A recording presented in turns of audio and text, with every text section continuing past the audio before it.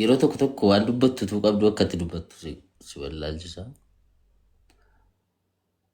Warra dorgommii kana qopheessanis ta'ee koree dorgommii sanaa wajjiniin hiriyootanii walitti dhiyaanna.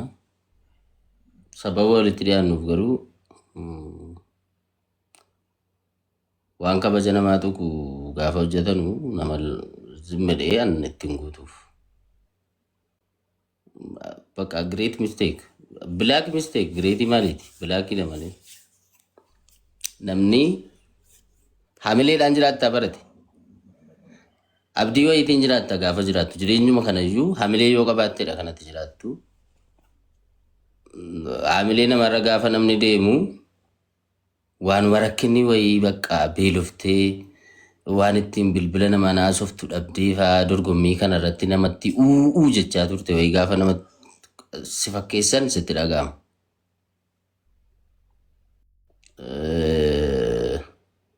Alex iPhone 17 isaaf birqiidhaa isaa argannaan homaa tokko nutti hin dubbatu jedhanii personally gaafa kabaja namaa tuqan sirrii miti. Nama akkasiis miti hin beekus immoo guru. Wayi dammoo naag baabbaawallan irra daanaan ledanii fa'aa akkas yaadu yoo ta'e sirrii miti. Akka dhaabbataatti dhaabbatadha. Dhaabbatichi dhaabbata guddaadha jenneetu kan nu dorgomaa turre beeksisaa turre. Badhaasni tokkoffaan iPhone Pro Max 70 Pro Max ture. Okay. Badhaasni lammaffaan laptooppii ture. Okay. Sadaffaan birrii 10,000 ture. Booda akkaataan dorgommichaas jijjiiramee qilleensi miidiyaas jijjiiramee akkaataan inni itti beeksifames gaafa jijjiiramu inni tokkoffaan iPhone fudhate. Inni lammaffaan iPhone badhaafame. Inni sadaffaan isa silaa birrii 10,000 badhaafamu laptooppii sanatu gadi siqe. Gaafa iPhonein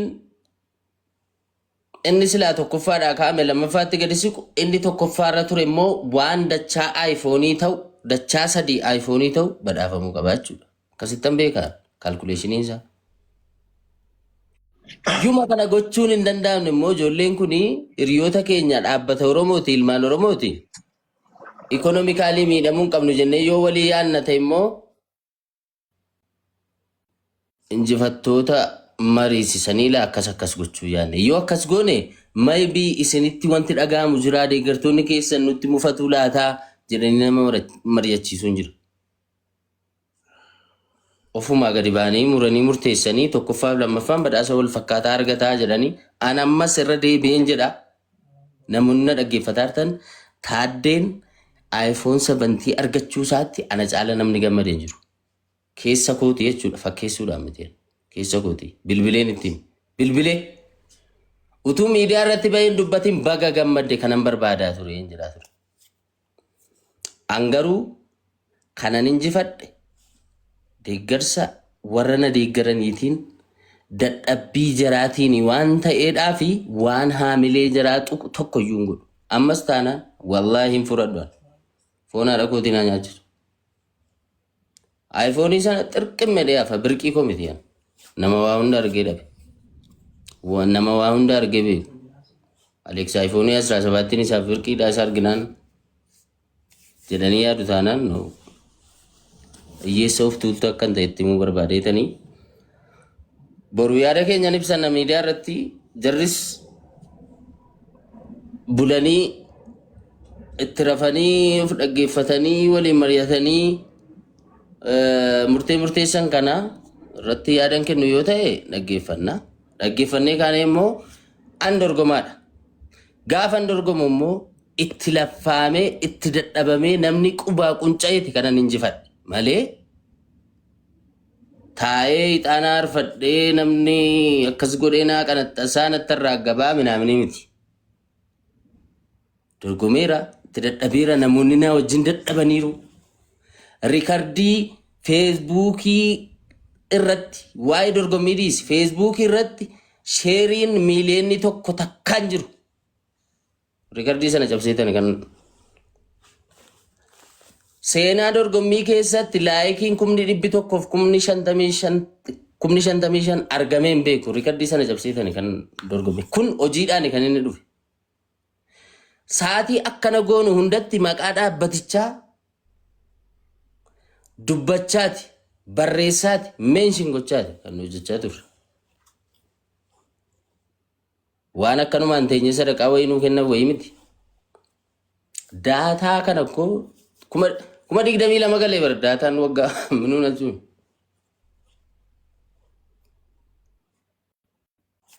Ilmaanuma hiyyeessaa gadi baatee sadaqaa wayii namarra barbaaduudha miidiyaa irratti ol yaate wayinuu si'an nama akkanaa miti. Kabaja namaa eeguun respect nama gochuun barbaachisaadha. Haa xiqqaatu haa guddatu beekamtii qabna bakka.